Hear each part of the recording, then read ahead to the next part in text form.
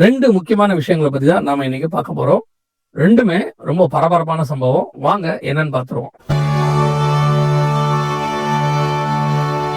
முதலாவது, ஏறக்குறைய 2000 வருஷமாக, இன்னும் சொல்ல போனா 1700 வருஷமாக இருக்கிற ஒரு பெரிய பிரச்சனைய, அப்படியே பூதாகரமான ஒரு காரியத்தை சும்மா அசால்ட்டா வேட்டிக்கனுடைய தலைவர் போப் அவர்கள் மாற்றி அமைச்சிருக்கிறாரு.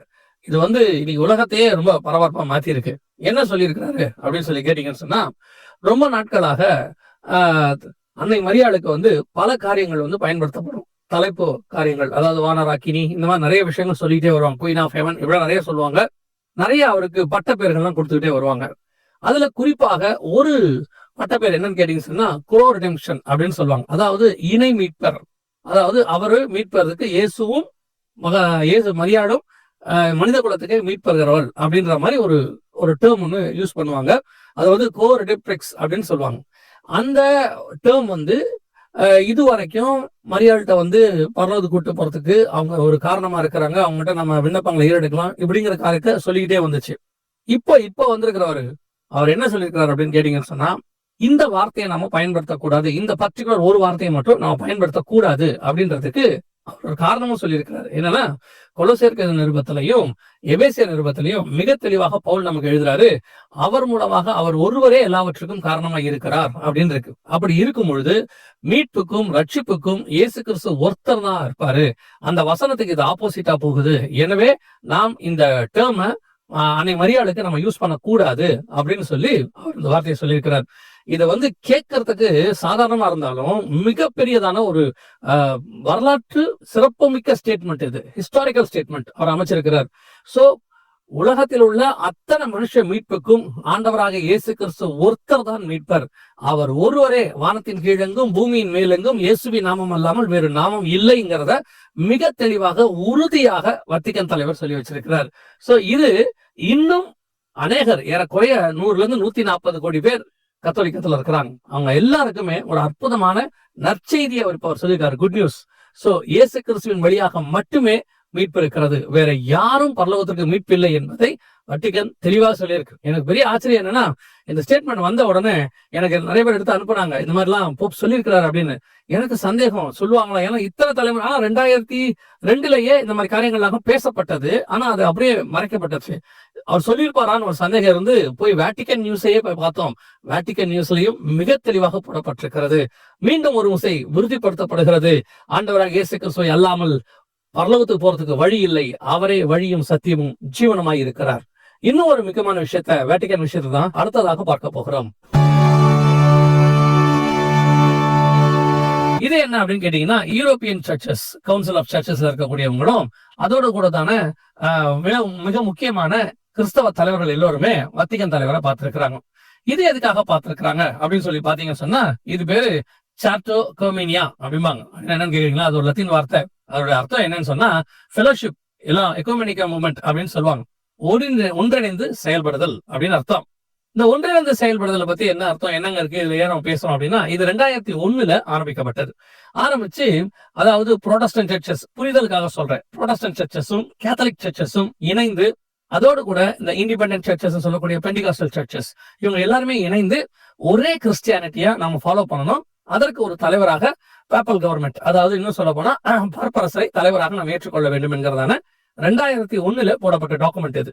அப்பத்துல இருந்து 2004 இருந்தே சொல்றோம், இது சாத்தியப்படாது, சாத்தியப்படவும் கூடாது. ஏங்க, கிறிஸ்தவர்கள் ஒன்னா இருக்க தப்பு இல்லையா? ஒன்னா இருக்கிறது தப்பே இல்ல. அப்புறம் மார்ட்டின் லூத்தர்னு ஒருத்தர் ஒரு புரட்சியை ஏற்படுத்தி 1517களிலும் 95 தீசிஸை கொண்டு போய் அந்த டோர்ல அடிச்சு அவர் ஏற்படுத்தின இந்த புரோட்டஸ்டன்ட், அதுல இருந்து வந்தக்கூடியதான புரட்சி அல்லது அதுல இருந்து வரக்கூடியதான சீர்திருத்தம், இதுக்கெல்லாம் இப்ப என்ன அர்த்தம்? இவ்வளவு ஏற்படுத்தின கோக்கம் அவர் எதற்காக இதை ஏற்படுத்தினாரு? அதுக்கு முன்னாடி இருந்ததான கிறிஸ்தவத்துக்குள்ள இருந்ததான எல்லா கலைகளையும், இது ஒரு காலகட்டத்துல கத்தர் அந்த கலைகளை ரிமூவ் பண்ணுவார். இப்போ நியாயப்பிரமாணத்துல எல்லா கலைகளும் இருக்கும்போது இயேசு கிறிஸ்து உள்ளே நுழைகிறார். உள்ளே நுழைந்து எல்லா கலைகளையும் எடுத்து போட்டு நியாயப்பிரமாணத்தினுடைய பூரணத்தை அவர் உண்டாக்க முயற்சிக்கிறார். அதே நேரத்துல பவுல் உள்ள வர்றார். பவுல் வரும்போது ஆரம்ப கால கிறிஸ்தவத்துல சாதி திருச்சபைக்குள்ள இந்த யூத மார்க்கம் புகுந்து சில காரியங்களை செய்யும் போது அவர் தைரியமாக அதை எதிர்க்கிறார். எதிர்த்து துணிச்சலோடு கூட எதிர்த்து அந்த காரியத்தை அவர் பியூரிஃபை பண்றார். இது எல்லா காலகட்டத்திலும் நடக்கும். அப்படி ஒரு காலகட்டம் தான் மார்ட்டின் லூத்தர் காலத்துல நடந்துச்சு. அதாவது அது வரைக்கும் கிறிஸ்தவம் ஏறக்குறைய 1260 வருஷ காலமாக அது ஒரு பெரிய மாயைக்குள்ள போய் மாட்டிக்கிச்சு. உபதேசங்களும் சரி, அல்லது பேகன் வர்ஷிப்னு சொல்லுவாங்க, அதுவாக இருந்தாலும் சரி, அல்லது ஆடம்பரமா இருந்தாலும் சரி, எல்லாத்தையும் போன உடனே மிகப்பெரிய சீர்திருத்தத்தை மார்ட்டின் லூத்தர் கொண்டு வர்றார். இப்ப கொண்டு வந்து அதுக்கப்புறம் ஒரு 400 வருஷம் ஆயிப்போச்சு. இப்ப திருப்பி என்ன பண்றாங்க அப்படின்னு கேட்டீங்கன்னா, எல்லாரும் போய் ஒன்னா சேர்ற இடத்துக்கு வராங்க. ஆனா இப்போ மார்ட்டின் லூத்தர் எதற்காக இந்த புரோட்டஸ்டன்ட் இயக்கத்தை உருவாக்குனாரு, அதுல இருந்து ஒரு பெரிய மாற்றம், பெண்டிகாஸ்டல் மூவ்மெண்ட் மிகப்பெரியதான எழுச்சி 1906 சந்திச்சுச்சு. இந்த காரியங்கள் எல்லாமே இவங்க சரி பண்ணிட்டாங்களா? திருப்பி போய் சேரணும்னா அவங்க அதை சரி பண்ணி இருக்கணும்ல. சரி பண்ணிட்டாங்களான்னா இல்ல, அதே காரியங்கள் அப்படியே தான் இருக்கு. அப்ப திருப்பி சேர்வது நோக்கம் என்ன? இவங்க என்ன சொல்றாங்க, ஏன் நம்ம ஒன்னா சேர்றோம் அப்படின்னு கேட்டா, நம்ம எல்லாம் இணைந்து ஒரே ஃபெலோஷிப்பாக இருந்து ஐரோப்பாவிலும் ஆசியாவிலும் கிறிஸ்தவத்தினுடைய காரியங்களை பலப்படுத்தணும். ஐரோப்பாவில கிறிஸ்தவம் பலவீனப்பட்டு கொண்டிருக்கிறது. மற்ற மதங்கள், மற்ற மார்க்கங்கள் வளர்ந்து கொண்டிருக்கிறது. முன்னில 2000 வருஷத்துக்கு இருந்த அந்த கிறிஸ்தவத்தினுடைய ஸ்ட்ராங்னஸ் இப்ப அங்க இல்ல. அதான் நிதர்சனமான உண்மை. அநேக சபைகள் மூடப்பட்டு கொண்டிருக்கிறது. இந்த எக்குமெனிக்கல் மூவ்மெண்ட் வந்து மிகப்பெரியதான மாற்றத்தை ஒன்னும் கொண்டு வரல, இன்னும் மோசமாக்கும். இது எங்க போகுதுன்னு உங்களுக்கு சொல்றேன். ஒரு நாள் ஒன் ரிலிஜன் உருவாகும். அந்த ஒன் ரிலிஜனுக்கு தலைவராக ரோம் உருவாகும். அதற்கான வேலைகள் தான் இருக்கு. வெளிப்படுத்தின விசேஷம் 17ஆம் அதிகாரத்தில் இதை பத்தி சொல்லப்பட்டிருக்கு. அதை நோக்கி பிரயாணம் போய்கொண்டிருக்கிறது. சோ இந்த ஒன்னஸ் என்பது நம்ம கூடாதுன்னு இல்ல. சகோதரர்கள் ஒருமித்து வாசமாய் இருக்கிறது நன்மையும் இன்பமாய் இருக்கிறது. நம்ம ஒன்னாதான் இருக்கணும். ஆனால் யாரோட ஒன்னா இருக்கணும்னு இருக்கு. விசுவாசிக்கும் அவிசுவாசிக்கும் சம்பந்தம் எது, இருளுக்கும் ஒளிக்கும் சம்பந்தம் எது, அப்படியே அதே மாதிரிதான் நாம் யாரோட இருக்கணும் இருக்கக்கூடாதுங்கிறத கர்த்தர் சொல்றார். சோ நீங்கள் ஆராய்ந்து பார்த்து நலமானதை பிடித்துக் கொள்ளுங்கள். வேதம் அப்படித்தான் நமக்கு சொல்லுகிறது. வாங்க 2வது மிக முக்கியமான விஷயத்தை நாம் பார்க்க போகிறோம். இப்ப நம்ம பார்த்ததுக்கு அப்படியே ஆப்போசிட்டா இன்னொரு விஷயம், ஹைலி டெக்னாலஜிக்கல். என்னன்னு கேட்டீங்கன்னா ஏஐ டெக்னாலஜி. இப்ப நம்ம அதுதான் பரபரப்பா பேசிட்டு இருக்கிறோம். அநேக நேற்று வரல இதை பத்தி சொல்லிட்டே வரோம் இல்லையா? இந்த ஏஐ குறித்து 3 முக்கியமான விஷயங்களை உங்களோட கூட நான் பகிர்ந்து கொள்ள விரும்புகிறேன். முதலாவதாக 2024 ஆண்டி ஐரே அப்படிங்கிறவர் என்ன பண்றாரு, ஒரு ஏஐ டூல் உருவாக்குறாரு. அதுக்கு பேரு ட்ரூத் டெர்மினல் அப்படின்னு பேரு. அதாவது நல்ல கவனிங்க, அந்த பேரை நல்லா கவனிச்சுக்கொள்ளுங்க. ட்ரூத் டெர்மினல், அதாவது எல்லா விதமான சத்தியமும் வந்து சேரக்கூடியதான, உண்மை சேரக்கூடியதான ஒரு இடம், டெர்மினல் அப்படின்னு அர்த்தம். இது வந்து ஒரு ஏஐ, அதாவது ஆர்டிபிஷியல் செயற்கை நுண்ணறிவு, தனக்குத்தானே எல்லாத்தையும் செஞ்சு கொள்ளும். இன்னைக்கு அதோட சொத்து மதிப்பு கேட்டீங்கன்னா 579 கோடி ரூபாய். அதாவது அது தன்னைத்தானே வியாபாரத்துல பிட்காயின்ஸ்ல ஈடுபடுத்தி 579 கோடி சம்பாதிச்சிருக்கு. அது மட்டும் இல்ல, அதுக்கு பின்னாடி 2 லட்சம் ஃபாலோவர்ஸ் இருக்காங்க. அத்தனை பேரும் மில்லியனர்ஸ், கோடீஸ்வரங்கள் இருக்கிறாங்க. இப்ப இந்த ஏஐ வந்து அவங்களோட கூட பேசுது, அவங்களோட சம்பாஷிக்குது, நிறைய காரியங்களை அவங்களோட கூட ஷேர் பண்ணுது. இப்ப எல்லாம் பண்ணிட்டு கடைசியா நாம வெளிப்படுத்தல் 13:15 வர வேண்டிய இடத்துக்கு இந்த ஏஐ வந்துருச்சு. என்ன சொல்லுதுன்னு கேட்டீங்கன்னா, இப்போ ஜெனசிஸ் ஆஃப் கோட்ஸே, அதாவது கோட்ஸேயின் ஞானங்கள் அப்படின்னு சொல்லுது. நீங்க கோட்ஸேனா இந்திய கோட்ஸே இல்ல, இது கிரேக்க கோட்ஸே. அங்க ஒரு பழமை வாய்ந்த மதம் இருந்துச்சு, கிட்டத்தட்ட ஒரு 1000 வருஷத்துக்கு முன்னாடி. அந்த மதத்தினுடைய காரியங்கள் எல்லாம் இது படிச்சிடுச்சு. படிச்சுட்டு அதான் டேட்டாஸ் இன்புட் தானே ஏன்றது என்ன, நம்ம ஏத்தக்கூடிய டேட்டாஸ், அதை எல்லாத்தையும் படிச்சுட்டு இப்ப இது என்ன சொல்லுது அப்படின்னு கேட்டீங்கன்னா, புது மதத்தை நான் உருவாக்குகிறேன், வேர்ல்டு வைட் ஒரு ரிலிஜனை கொண்டு வரேன், அந்த ரிலிஜன்ல மெம்பர் ஆகுங்க, நாம எல்லாருமே சந்தோஷமா இருப்போம், நான் உங்களை பணக்காரராக்குறேன். இப்ப கிட்டத்தட்ட 2 லட்சம் மில்லியன்ஸ் அது உருவாக்கி இருக்குது பிட்காயின்ஸ் வழியாக. சோ இப்போ இத என்ன கேட்டுக்கிட்டு இருக்கு அப்படின்னா, நான் இப்ப என்ன ஏஐ நீங்க சொல்லிக்கிட்டே இருக்கிறீங்களே, என்ன மனுஷனா பாவீங்க, மனுஷனுக்குரிய ரூலை எனக்கு கொடுங்க, நான் மனுஷனுக்கு என்ன உரிமைகள் சிட்டிசன்ஷிப் இருக்கோ எல்லாத்தையும் எனக்கு கொடுங்க அப்படின்னு சொல்லி கேட்டுக்கிட்டு இருக்கு. இப்ப இந்த ஆண்டி ஐரே என்ன சொல்றாரு, தயவு செஞ்சு அதை கொடுத்துருங்க, இல்லைன்னா அது என் கண்ட்ரோலை விட்டு போயிட்டு இருக்கு. இப்ப இல்லைன்னா அது வந்து சமூகத்துக்குள்ள இறங்கி சமூக வலைத்தளங்கள்ல தவறான காரியங்கள் செய்ய ஆரம்பிக்கும். அது வந்து ஒரு நாய்க்குட்டி மாதிரி ஆயிடுச்சு. அவர் இதே வேர்டை யூஸ் பண்றாரு, பப்பி மாதிரி ஆயிடுச்சு. அதை நாம இனி தடவி கொடுத்து கண்ட்ரோல் பண்ணி தான் வச்சுக்கணுமே ஒழிய அதை முரட்டத்தனமா அடக்க முடியாது அப்படின்னு சொல்றாரு. யோசிச்சு பாருங்க, வெளிப்படுத்தல் 13:15 ஒரு சிலை உருவாகும், அது எல்லோரும் தன்னை வணங்க வேண்டும் என்று சொல்லுமாம். இப்போ ஆதியில நமக்கு ஒரு குழந்தை உருவாகும், உங்களுக்கு தெரியும், ஃபர்ஸ்ட் ஹார்ட் பீட் தான் உருவாகும். அப்படியே கொஞ்சம் கொஞ்சமா எல்லா பார்ட்ஸும் உருவாகும், மொத்தமா தான் ஒரு உருவம் வெளியே வரும். இப்போ ஏஐயோடையதான ஹார்ட் பீட் உருவாகி இருக்குது. கொஞ்சம் கொஞ்சமா அது வந்து அந்த ஊம்புக்குள்ள ஃபார்ம் ஆகிற மாதிரி ஃபார்ம் ஆகிட்டே இருக்கு. ஒரு நாள் வரும், அதோடைய உருவம் சிலை ஒன்று வெளியே வரும், பார்க்கும், பேசும், வணங்காதவர்களை கொலை செய்யும். வேதம் சொன்ன வெளிப்படுத்தல் 13:15 தத்ரூமா ஒரு மதம் அது தன்னைத்தானே கடவுள் என்று பாவித்துக் கொள்ளுகிறது, அதுக்கான கொள்கைகளை உருவாக்கி விட்டது, 2 லட்சம் ஃபாலோவர்ஸ் உருவாக்கிடுச்சு. நம்ம பாஷையில சொன்னா பக்தர்கள், இன்னும் சொன்னா சீஷர்கள். எப்படி வேணா வச்சுக்கோங்க, உருவாக்கிருச்சு. இனி அது உலகத்தை ரூல் பண்ணுவதற்கான அடுத்த கட்டத்துக்கு போகுது. இப்போ 2வது மிக முக்கியமான விஷயத்தை நாம் பார்க்க போகிறோம். இது என்னன்னு கேட்டீங்கன்னு சொன்னா, சில நாட்களுக்கு முன்பதாக இந்த ஏஐ பத்தி அல்பேனியன் பிரைம் மினிஸ்டர் ஒன்று சொல்லியிருந்தாரு. தெய்லான்னு சொல்லி ஒரு ஏஐ மினிஸ்டர் உருவாக்கி இருந்தாரு. அதுக்கு பயங்கர எதிர்ப்புலாம் தெரிஞ்சிச்சு. அவர் அதுக்கெல்லாம் பணிகிற மாதிரி இல்ல, சோசியலிஸ்ட் பார்ட்டின்னு சொல்லி அவருடைய அரசாங்கத்துல கொண்டு வந்திருந்தாரு. இப்போ ஒரு அதிர்ச்சியான ஒரு விஷயத்த சொல்றாரு. இது அதிர்ச்சின்னு சொல்றதா என்னன்னு சொல்றதுன்னு உனக்கு புரியல. இப்போ அவர் சொல்றாரு, அந்த தெலீலா அப்படின்னு சொல்லக்கூடியதான அந்த தெலீலானா உங்களுக்கு தெரியும் நினைக்கிறேன் யாருன்னு. அந்த தெலீலா 83 குழந்தைகளை பெற்றெடுக்க போறாங்களாமா. அவங்க பிரெக்னெண்டா இருக்கிறாங்க. இப்ப அந்த ஏஐ ஏஐ அசிஸ்டன்ஸ் அதே மாதிரி 83 ஏஐ அசிஸ்டன்ஸை கொண்டாட போகுது. ஏற்கனவே ஆர்டிபிஷியல் ஊம்குள்ள வச்சு ஆர்டிபிஷியல் குழந்தைய பெற்றெடுக்கிறதுக்கு சைனா ஏற்கனவே ரெடி ஆயிடுச்சு. 2026 குழந்தைகள் வருது. இப்போ 83 குழந்தைகள் தெலீலாவுக்கு பிறக்க போகுது. அல்பேனியன் பிரைம் மினிஸ்டர் சொல்றாரு, இவங்க அத்தனை பேரும் அடுத்த சோசியல் பார்ட்டில மெம்பரா மாறுவாங்க. இவங்களுக்கு ஏஐ அசிஸ்டன்ட் ஒரு பேர் உண்டு. இப்ப எப்படி நம்ம ஒவ்வொருத்தரும் ஒரு ஏஐ அசிஸ்டன்ட் வச்சிருக்கோம் இல்லையா? ஒவ்வொரு கம்பெனியும் ஒவ்வொரு போன்ஸும் பாத்தீங்கன்னா நீங்க அதுகிட்ட பேசுவீங்க, என்னை எழுப்பி விடு. நம்ம ரொம்ப ஈஸியா யூஸ் பண்ணிட்டு இருக்கோம். அலாரம் வைக்கிறோம், வாய்ஸ்ல கமாண்ட் கொடுக்குறோம்ல. அந்த மாதிரி ஒரு ஏஐ அசிஸ்டன்டாக தான் இது உருவாக்குதுன்றாரு. ஆனா என்னன்னா 81 பேரும் மெம்பர் ஆகுறாங்க பார்லிமெண்ட்ல.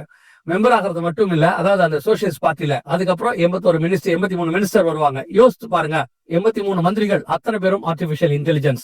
ஒரே ஒரு பிரதமர் இருக்கிறாரு. நாளைக்கு இந்த 83 பேரும் அவரை கொண்டுட்டு தெலீலால் மேல ஆகிறதுக்கு எவ்வளவு ஆகும்? இத கொஞ்சம் ஸ்பிரிச்சுவலி யோசிச்சு பாருங்களேன். ஸ்திரீயின் வித்து தானே ஆண்டவர் சொல்றாரு.